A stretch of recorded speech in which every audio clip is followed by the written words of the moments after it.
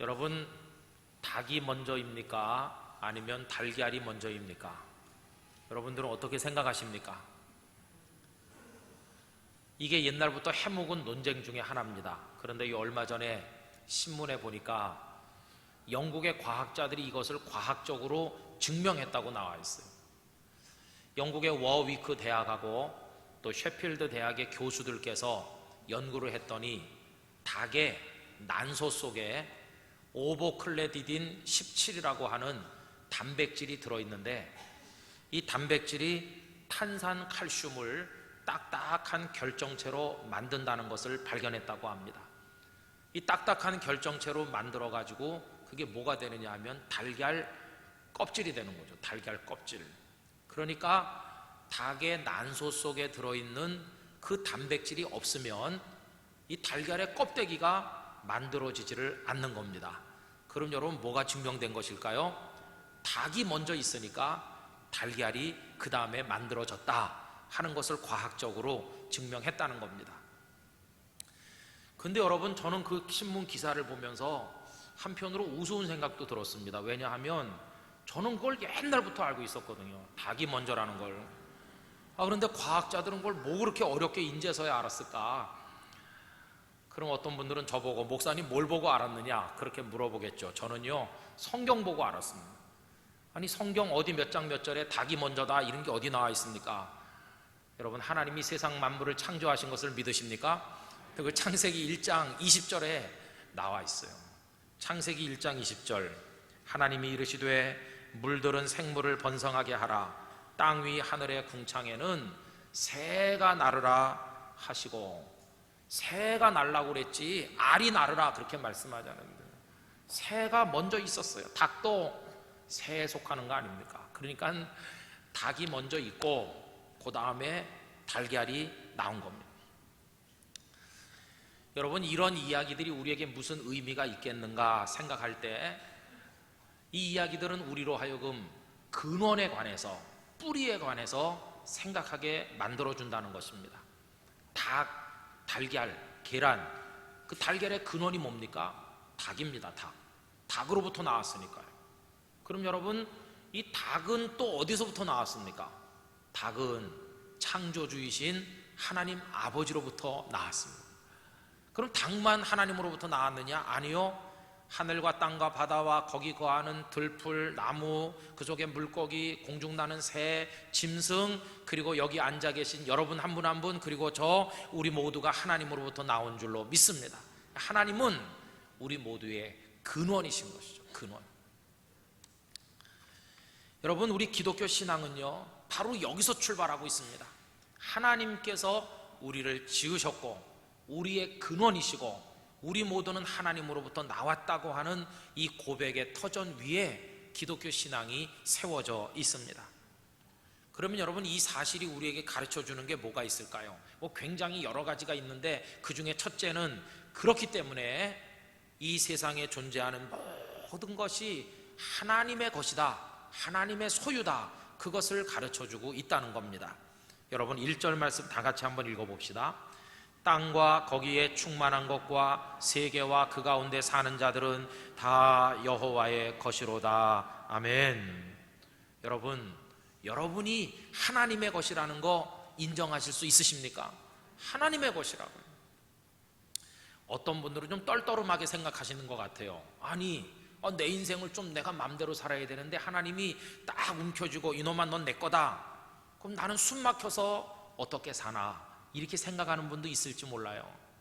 그런데 여러분, 이 말씀은 나는 그분에게 종속되어 있고 그분이 나를 내 마음대로 휘두르시고 하나님 마음대로 휘두르시고 나는 꼼짝도 못한다, 이런 소유의 입장에서 이 말씀을 읽을 게 아니고 보호와 돌봄이라고 하는 눈을 가지고 이 말씀을 읽어야 된다는 것이. 어떤 물건이든지 주인을 잘 만나야 호강하는 겁니다. 우리 마당에 있는 자동차를 보세요. 어떤 자동차는요 반짝반짝합니다. 1년 365일 깨끗합니다. 때 되면 부품을 착착 갈아줍니다. 언제나 쌩쌩 달립니다. 그런데 주인 잘못 만난 자동차는 닦기를 하나, 부품을 갈아주기를 하나, 차 안을 청소를 해주기도 하나. 자동차가 말을 안 하니까 그렇지 아마 입이 있다고 그러면은 욕을 바가지로 할 텐데 그 욕 먹는 사람 중에 하나, 저도 아마 욕을 좀 먹을 것 같아요. 우리 인생도 그래요.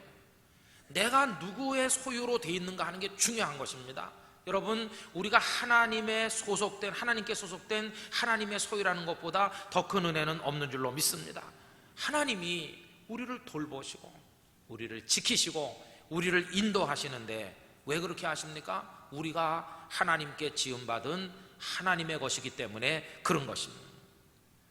그래서 우리가 하나님의 소유고 하나님이 우리를 지으셨기 때문에 우리를 돌보시고 사랑한다고 할 때 그 절정이 뭐냐 하면 예수님의 복음인 것입니다.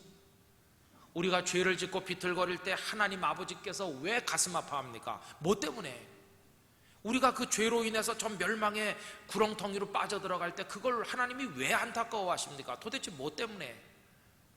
왜 예수님이 세상에 오셔서 그 고통의 십자가 지고 왜 죽으셨나요? 무엇 때문에 그러셨습니까? 이유는 하나, 그분이 우리를 지으셨고 우리를 당신의 자녀로 여기시고 우리를 돌보고 인도하시는 우리가 하나님의 것이기 때문에 하나님이 마음 아파하시고 안타까이 여기시고 긍휼히 여기시고 독생자 예수님 보내주시고 예수님 십자가 지고 우리의 죄를 대속하시고 우리를 구원할 수 있는 길을 열어주신 줄 믿습니다. 무엇 때문에? 우리가 하나님 아버지의 것입니다.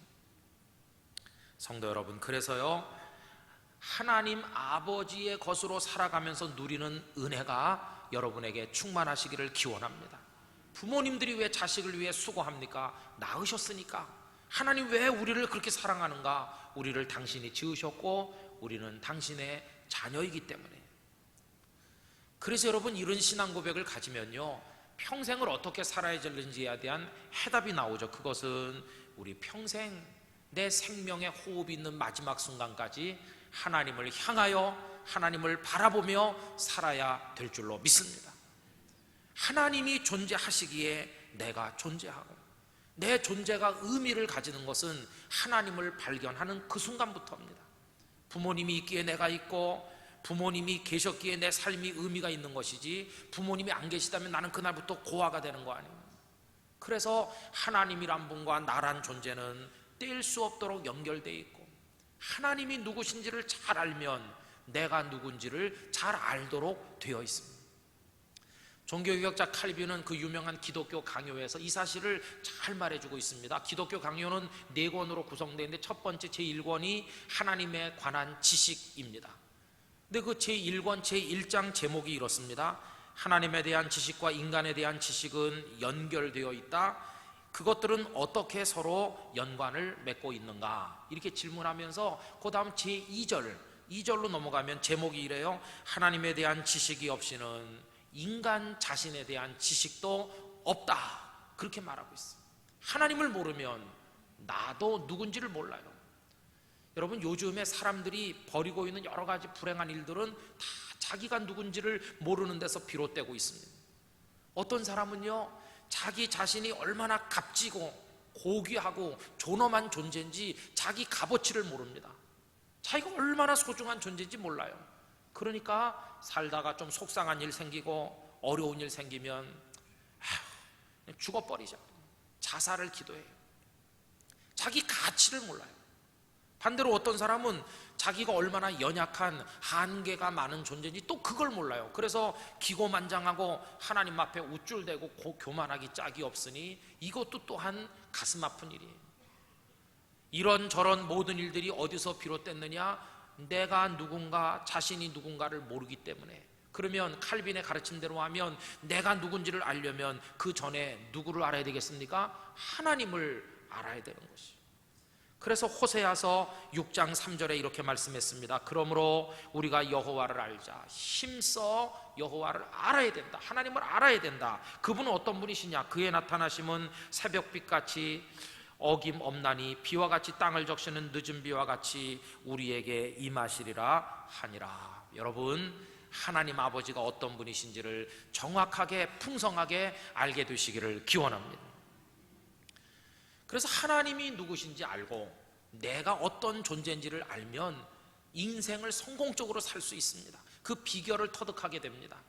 아까도 자동차 얘기를 말씀드렸는데요, 여러분, 새 자동차를 샀을 때 오래오래 잘 사용하는 비결이 뭡니까? 그 자동차를 사면 주는 자동차 사용 설명서, 그 매뉴얼이 있잖아요. 그대로 부품을 갈아주고 그대로 차를 조작해서 운전하면 차를 오래오래 쓸 수 있어요. 똑같습니다. 내 인생을 건강한 인생, 아름다운 인생으로 우뚝 세우고 성공할 수 있는 비결이 뭐냐? 인생 사용 설명서대로 사는 겁니다. 그렇게 사는 사람 어떻게 살까요? 오늘 본문 3절 4절 다 같이 읽어봅시다. 여호와의 산에 오를 자가 누구며 그의 거룩한 곳에 설 자가 누구인가? 곧 손이 깨끗하며 마음이 청결하며 뜻을 허탄한 데 두지 아니하며 거짓 맹세하지 아니하는 자로다. 여러분, 하나님의 산에 올라갈 사람, 그 거룩한 보좌 앞에 설 사람, 그 앞에서 부끄러움을 당하지 않고 어여시 하나님 앞에 설 수 있는 사람 누굽니까? 손이 깨끗해요. 마음이 청결해요. 허탄한 데 뜻을 두지 않았어요. 거짓된 데 따라다니지 않았어요. 결국 이 사람은 무엇을 따라 사느냐? 하나님의 말씀을 따라 살거든요. 이 하나님의 말씀이 인생 사용 설명서, 인생 매뉴얼인 것이. 전 우리 영도중앙교회 성도들께서 이 하나님의 말씀대로 사시기를 기원합니다. 그러면 우리 인생을 건강한 인생으로, 아름다운 인생으로, 하나님의 보좌 앞에 부끄러움 없이 설 수 있는 인생으로 우뚝 세워질 줄로 믿습니다. 그런데요, 그렇게 살아야 되는데 그만 어떤 때는 성질이 나면 막 엑셀을 밟아갖고 자동차를 쌩 과속을 하잖아요. 화나면은 막 속도를 높이기도 하고 막 핸들을 막대로 꺾기도 하고, 그렇게 하다 보면은 사고가 납니다. 막 가서 교각을 들이받기도 합니다. 차가 다 찌그러졌어요. 인생도 다 찌그러질 때가 있어요. 이 고귀한 인생을 살살 다뤄야 되는데 내 죄의 욕망 때문에 다 망가져가지고 폐차 직전같이 멈춰서요. 고장난 자동차 누구에게 고침받으면 되겠습니까? 아무나 길 가는 사람 붙들어가지고 차 좀 고쳐주세요. 가능한가요? 아닙니다. 자동차가 망가지면 자동차를 제조한 회사에서 지정 수리 공장들을 정해놨어요. 거의 가져다 놔야 자동차를 출고될 때처럼 똑같이 부품을 교체해가지고 고쳐줄 거 아니겠어요? 여러분, 인생이 망가졌을 때, 내 영혼이 다 찌그러져가지고 멈춰선 자동차처럼 됐을 때 나를 누가 고쳐줄 수 있습니까? 나를 만드시고 나에 대해서 누구보다 정확히 알고 계신 하나님의 손에 망가진 우리 인생을 맡겨야 될 줄로 믿습니다. 하나님, 날 좀 치료해 주세요. 날 좀 고쳐주세요. 내 영혼을 좀 새롭게 만들어 주시고 망가진 부속을 좀 빼내고 하나님의 은총의 부품으로 저를 좀 고쳐주세요. 하나님의 손에 무너진 여러분들의 인생을 가져다 맡기시기를 바라는 것입니다. 하나님만이 우리를 잘 고쳐줄 수 있어요. 여러분, 고치려면요, 다 깨진 부속은 이제 떼내야 돼요. 미련 없이 떼내고 부품을 바꿔야 되잖아요. 그런데 부품도 두 가지가 있어요. 그 회사에서 지정한 순정 부품이 있는가 하면 가짜가 있네. 가짜. 딴 차에서 빼낸 거 싸구려 비슷하게 뻔 떠서 만든 가짜가 많아요. 가짜를 끼우면 어떻게 되는지 아십니까? 처음에는 굴러가다가 나중에는 대형 사고 만날 것입니다. 부품은 순정 부품이라 해야 된다. 부품 만드는 회사 사장님 있으시면 절 좀 칭찬해 주시기 바랍니다. 순정 부품. 근데요, 인생에도 부품이 필요해요. 인생을 잘 살려면요, 부품이 많이 필요해요. 예를 하나 들면 저나 여러분의 마음속에요, 평안이라는 부품이 있어야 돼요. 평안이라는 부품이 제구실을 해야 세상을 살 수 있어요. 그런데 여러분 아십니까? 이 평안도 가짜가 많다는 거 아십니까? 예수님 말씀했습니다. 요한복음 14장 27절, 평안을 너희에게 끼치노니 곧 나의 평안을 너희에게 주노라. 할렐루야. 이때 예수님이 주시는 평안이고 순정품 평안이에요. 순정품. 근데 그 다음에 보면 이렇게 돼 있어요. 내가 너희에게 주는 것은 세상이 주는 것과 같지 않다. 세상이 주는 평안, 이건 가짜 평안이 있다는 것이. 가짜 평강, 가짜 쾌락, 가짜 즐거움, 가짜 성취감, 이걸 따라 살았던 사람이 있었습니다. 그 유명한 어거스틴이죠. 그가 젊은 세월에 세상에 가짜들로 자기 영혼에 다 끼워 맞췄습니다. 그리고 잘 굴러가는 것처럼 보였죠. 그러나 어느 날 그 인생이 망신차이가 됐습니다. 그것들이 전부 그를 수렁으로 끌고 들어갔습니다. 그러다가 어느 날 하나님의 품에서 하나님이 주시는 순정품 평안을 맛보게 됐어요.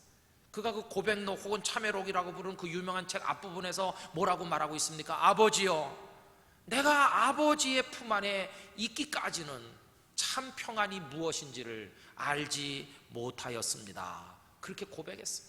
그 이전에 가짜 평강으로 살아왔지만 그건 가짜였어요. 그런데 하나님의 품에서 맛보는 참 평안, 이게 진짜라는 걸 알게 됐어요.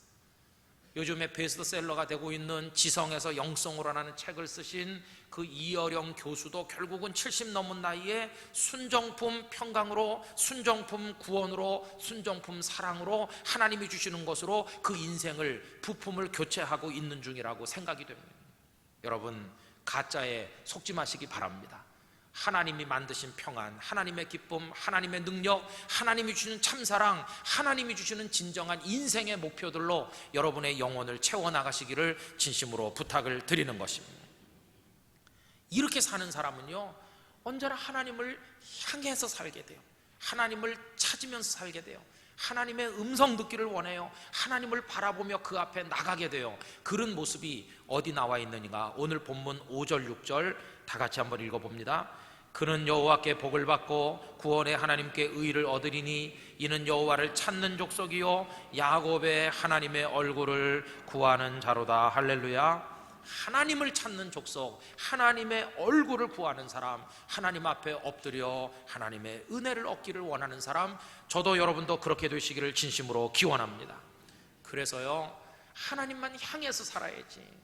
하나님 섭섭하게 하면 안 돼요. 어떤 유명한 목사님이 교인을 만나셨대요. 그랬더니 이 교인이 목사님 앞에서 막 울면서, 목사님, 저는요 돈벌레입니다. 돈 되는 일이라면 하나님도 배신하고 다른 사람도 모른 척하고 불쌍한 사람 손 내밀어도 뿌리치고 오로지 돈, 나 그렇게 살았습니다. 그런데 몸이 너무 피곤하고 몸이 안 좋아서 병원에 갔더니 의사 선생님이 하시는 말씀이, 선생님, 당뇨가 너무 심하시군요. 이래가지고는 이제 오래 못 삽니다. 다른 병이 막 생기고 큰일 납니다. 앞으로는 먹는 거 조심해야 됩니다. 이분이 먹는 재미에 살거든요. 돈 벌어갖고 먹는 거. 그런데 의사가 하는 말이 매끼 보리밥 반 공기에다가 그 다음에 두부 반모만 죽는 그날까지 먹으라고. 여러분, 돈 벌어서 맛있는 거 먹는 재미에 살던 사람이 매끼 보리밥 반 공기, 거기다가 두부 반모, 그걸 평생 아침에도 점심에도 저녁에도 내일 아침에도 내일 점심에도 그것만 먹고 평생 살으려고 생각하니까 병원 문을 나서는데 그냥 눈물이 쏟아져서 못 견뎌요. 누가 맛있는 거 먹어도 10만 꼴깍 넘어가지고 먹을 수가 있나. 보리밥 반 공기, 두부 반모. 여러분, 이게 하나님 없이 자기 마음대로 사는 분이 울면서 고백한 내용이라는 것이, 여러분, 세상은 다 그런 것입니다.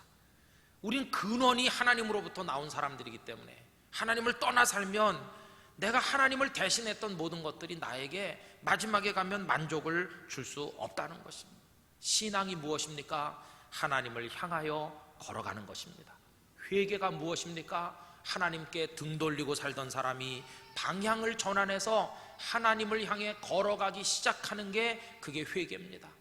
순례란 무엇입니까? 하나님을 향해 하루하루 더 가까이 더 가까이 걸어나가는 거, 이것이 바로 성도가 해야 될 영적 순례입니다.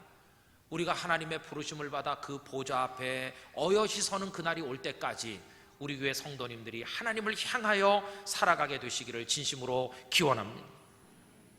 오늘 읽은 시편 23편은 다윗이 지은 시라고 되어 있는데요, 언제 어떤 상황에서 쓰셨는지 아무 설명이 없잖아요. 근데 많은 학자들이 이구동성으로 말하기를, 그 내용을 보니 하나님의 언약궤를 모셔드리던 그날 그가 하나님 앞에 노래로 불렀던 시인 게 틀림없다, 이렇게 생각합니다. 이 학자들의 설명을 우리가 받아들인다면 이런 설명이 가능하겠죠. 여러분, 하나님의 언약궤, 하나님을 상징하는 겁니다.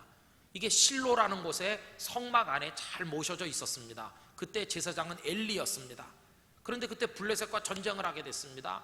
전쟁이 불리하게 돌아가니까 어리석은 백성들이 언약궤를 모셔오면 이길 줄로 착각을 했습니다. 언약궤를 전쟁터에 모셔왔지만 전쟁은 패했고 엘리의 두 아들은 전사했고 언약궤는 블레셋 사람들에게 뺏겼고 소식을 들은 엘리 제사장 충격받아서 굴러떨어져 죽었습니다. 블레셋 사람들은 이 언약궤를 자기들의 신전에 갖다가 놔뒀습니다. 하나님을 모독하는 것이죠. 하나님이 진노하셨습니다. 무서운 재앙이 블레셋 땅에 계속 임하니까 이들이 항복했습니다. 언약궤를 다시 이스라엘로 돌려보냈습니다.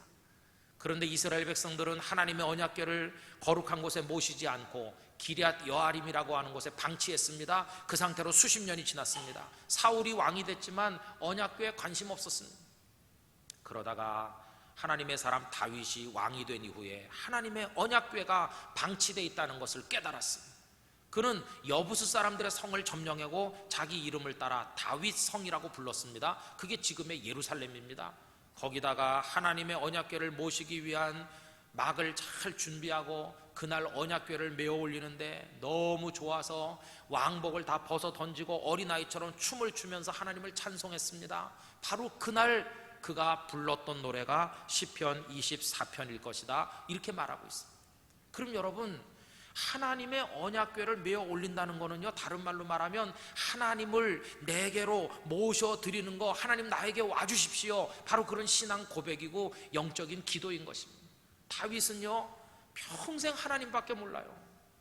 그래서 사무엘이 와서 너 이스라엘의 왕이 되라 기름 부음 받은 이후로 숱한 전쟁터를 누비면서 사울의 칼날을 피해서 죽을 고비를 숱하게 넘기면서 그가 붙들었던 유일한 끈이 하나님이었습니다. 하나님이 날 지으셨고 하나님이 날 택하셨고 하나님이 나를 인도하시고 하나님이 나를 보호하시고 하나님이 나를 들어 쓰시니 하나님이 나를 지키실 줄로 믿습니다. 하나님은 나의 힘이요 방패요 산성이시요 하나님만 의지하고, 그러면서 언약궤를 메어 올리는 것입니다. 오늘 본문 7절 그 이하에 보면 문들아 너희 머리를 들지어다 영원한 문들아 들릴지어다 이렇게 나오죠. 여러분, 저 뒤에 문이 있는데 닫혀 있잖아요. 문이 저렇게 있으면 들어올 수 없죠. 귀하신 분을 모셔드리려면 문을 확 열어야 됩니다. 그리고 문이 낮아서는 안 되고 높여야 됩니다. 문들도 머리를 들어야 됩니다. 활짝 열린 길로 오시도록 해야 됩니다. 다윗은 왕이기 때문에 백성들이 많이 모인 곳으로 다윗이 지나가면 백성들이 길을 쫙 열어줬겠죠. 백성들에게 다윗이 왕이었다면 다윗에게는 누가 왕이십니까? 살아계신 만군의 하나님 여호와가 다윗에게 왕이었습니다. 그분은 우리에게도 왕이신 줄 믿습니다. 이제 그 하나님이 우리에게 오시면 우리가 길을 열어야죠. 문을 열어야죠. 하나님, 저에게 오시옵소서. 제 인생과 제 가정과 제 궁궐과 이 이스라엘 백성들에게 임하여 주시옵소서. 이게 다윗의 노래였다면 이 노래를 저도 여러분도 불러야 될 줄로 믿습니다. 그 하나님이 여러분에게 임하시기를 진심으로 기원하는 것입니다. 하나님을 모셔드리고 오직 하나님밖에 없어요. 하나님밖에 몰라요. 그게 하나님으로부터 시작해서 하나님 안에서 살아가는 삶이 우리의 온당한 삶인데, 여러분, 소위 16세기 17세기 이후에 근대 문명, 모더니즘이라고 하는 게 들어오면서 하나님을 우리들의 마음속에서 빼앗아갔습니다. 근대 문명은 휴머니즘이라는 이름으로 다가왔습니다. 인본주의, 인간의 이성이면 다 된다고 말했습니다. 이성을 근거로 한 이성 철학이 등장했습니다. 이성을 밑바닥에 깔고 있는 자연과학이 발전했습니다. 그 다음부터는 사람들의 삶이 바뀌었습니다. 전에는 예배당에서 유아 세례받고 예배당에 다니다가 예배당에서 결혼하고 예배당에서 하나님 바라보며 사는 걸 당연히 여겼습니다. 삶이 하나님으로부터 출발해요. 위로부터 출발해요. 이걸 연역적 삶이라고 그래요. 그런데 거꾸로 됐습니다. 이제는 나로부터 출발해요. 내가 인생의 출발이고 세상의 출발점이에요. 합리주의 철학자 중에 데카르트는 말하기를 나는 생각한다, 그러므로 나는 존재한다, 내가 존재한다는 거예요. 그전에는 하나님이 계시다, 그분이 나를 지으셨기 때문에 내가 있다, 이렇게 믿었는데 이제는 아니에요. 내가 제일 먼저 있고 그 다음에 하나님도 있다는 거예요. 거꾸로 됐어요. 여러분, 그 다음부터 18세기 19세기 들어오니까 산업혁명이 일어나고 과학이 막 발전하면서 하나님 없어도 이 지구상에 인간들의 힘으로 유토피아, 낙원을 건설할 수 있다고 믿었어요. 그런데 여러분, 낙원이 건설됐습니까? 인간의 이성을 가지고 인본주의적 방식으로 세상에 낙원이 이루어졌나요? 아니요. 20세기 들어와 가지고 제1차 세계대전이 발생했는데 사람들은 큰 절망에 빠졌습니다. 믿었던 그 이성적인 과학이 말이죠, 이제는 대량으로 한 번에 수십 명, 수백 명, 수천 명을 죽인다는 걸 알게 됐을 때 그들은 절망했습니다. 과학이 우리를 죽이는구나. 인간의 이성적 철학이 인간들로부터 그 폭력성과 잔인함을 제거해주지 못했으면 여전히 인간은 폭력적이고 잔인하기 짝이 없어요. 도대체 희망이 어딨나? 허무주의의 물결이 유럽을 뒤덮고 일본을 뒤덮어 1920, 30년대에 자살하는 사람들이 무지무지하게 많았습니다. 현해탄에도 유명한 사람들이 자기 몸을 던졌습니다. 그때 다시금 어떤 반성이 일어났는가? 하나님 없이 이룩한 문명은 우리에게 행복이 되지 못하는구나. 그걸 깨닫고 하나님 앞에 돌아오는 운동이 벌어지게 됐습니다. 여러분, 우리 대한민국은요, 서구 사회에서 지나간 몇백 년 동안에 있었던 게 불과 몇십 년 동안에 지금 일어나고 있죠. 경제가 발전하고 과학이 발전하고 잘 사는 나라가 됐는데, 그래서 대한민국이 행복공화국이 됐습니까? 아니요. 지금 우리 대한민국 자살공화국 세계 1위입니다. 이혼공화국입니다. 정신 병을 연구하는 학자들이 대한민국 사람의 17% 이상이 정신병을 앓고 있고, 통계에 잡힌 게 그렇고 사실은 30% 정도는 정신질환을 앓고 있다. 우울증 환자가 얼마나 많은지. 여러분, 갑자기 밥하기가 싫고 주부가 그러면 우울증인가? 목사가 설교하기 싫으면 우울증인가? 다행히 저는 설교하기 싫은 날은 없습니다. 설교를 못하는 날은 있지만, 이게 정신질환이 대한민국 사회에 얼마나 많은 사람들이. 여러분, 하나님 없이 이룩하는 경제발전이나 부흥은요, 그게 축복이 안 된다는 걸 우리가 경험하고 있잖아요. 그러나 우리가 하나님을 중심에 모시고 하면, 하나님을 모시고 공부하는 학생, 하나님을 모시고 연구하는 과학자, 하나님께 기준을 두고 하면 모든 것이 아름답게 될 줄로 믿습니다. 이런 얘기를 읽어봤어요. 제대로 된 천문학자라면 그 광대한 우주 공간을 바라보면서 하나님을 부인할 자는 아무도 없을 것이다. 하나님을 중심에 모신 과학자는 과학을 통해서도 하나님을 만나게 되지만, 그렇지 않으면 아무것도 될 수 없다는 것이. 여러분, 하나님이 여러분의 출발점이요, 하나님이 여러분의 전부요, 여러분의 모든 것 되신다는 사실을 기억하시고 그 무엇과도 주님을 바꾸시지 않으시기를 바라는 것입니다. 이동원 목사님의 짧은 이야기 큰 감동이라는 책 속에 이런 얘기가 나옵니다. 조지 베버리 쉐아라고 하는 사람이 있었는데요, 보험회사 사원이에요. 그래갖고 열심히 직장 다녔어요. 그래도 노래를 제법 하거든요. 사람들이 야, 너 라디오 공개방송에 나가봐라. 그래갖고 억지로 나갔어요. 그래가지고 공개방송에서 노래를 했는데요, 얼마나 그 목소리가 아름다운지 전 미국 시민들에게 감동을 줬습니다. 갑자기 벼락 스타가 됐습니다. 회사 그만두고 노래하러 다니는데 여기저기서 전속 계약을 맺자고 들어오고 돈방석에 올라앉고 일약 스타가 됐어, 스타. 그런데 마음에 기쁨이 없는 거예요. 뭔가 어딘가 잘못됐다. 그래서 어느 날 가만히 꿇어 엎드려 기도하고 있는데 어머니께서 다가오더니 조그만 쪽지를 하나 손에 쥐어줬으면, 아들아, 이걸 읽어봐라. 보니까 어머니께서 평소에 애송하시던 밀러라는 부인이 쓴 시가 하나, 성시가 거기 하나 적혀 있었어요. 그걸 읽고 또 읽는데 눈물이 줄줄 흘렀습니다. 그러면서 마음에 감동이 일어났습니다. 곡이 떠올랐습니다. 그 밀러 부인의 시에다가 떠오르는 곡을 붙였습니다. 그래서 찬송을 만들었습니다. 그 찬송이 우리 찬송에 들어있잖아요. 94장. 주 예수보다도 귀한 것은 없네. 이 세상 부귀와 바꿀 수 없네. 이 세상 부귀, 이 세상 명예, 이 세상 행복과 바꿀 수 없다. 아무리 내가 스타가 돼서 굉장한 걸 얻지만 내 주님과 어떻게 바꿀 수 있을까? 1938년 네덜란드 암스테르담에서 공연을 하는데 많은 사람들이 입추의 여지가 없이 들어섰는데, 거기서 이 찬송을 쫙 부르니까 사람들이 일어나서 다 기립박수를 쳤어요. 박수갈채가 끝난 다음에 이 조지 베버리 쉐아가 하는 말이, 여러분 박수를 보내주셔서 감사합니다. 그러나 저는 여러분들의 박수갈채를 결코 우리 주님과 바꾸지 않을 것입니다. 그렇게 얘기했다는 것이. 저는 우리 교회 성도들이 하나님 중심으로 살게 되시기를 기원합니다. 하나님 붙드는 믿음의 손이 약해졌다면 믿음을 회복하도록 기도하시기 바랍니다. 하나님을 의지하고 살면 이 무더운 여름 시원한 얼음 냉수와 같이 우리를 뻥 뚫리게 만들어주시는 하나님의 은혜가, 축복이 여러분들에게 임할 줄 믿습니다. 하나님 한 분만으로 우리 모두 그렇게 살기를 예수님의 이름으로 축원합니다. 다 같이 기도하겠습니다. 하나님 앞에 나가고 하나님의 음성 듣고 하나님을 터전 삼아 살고 하나님을 모시고 사는 삶, 우리 그렇게 살도록 다 같이 통성으로 기도합시다.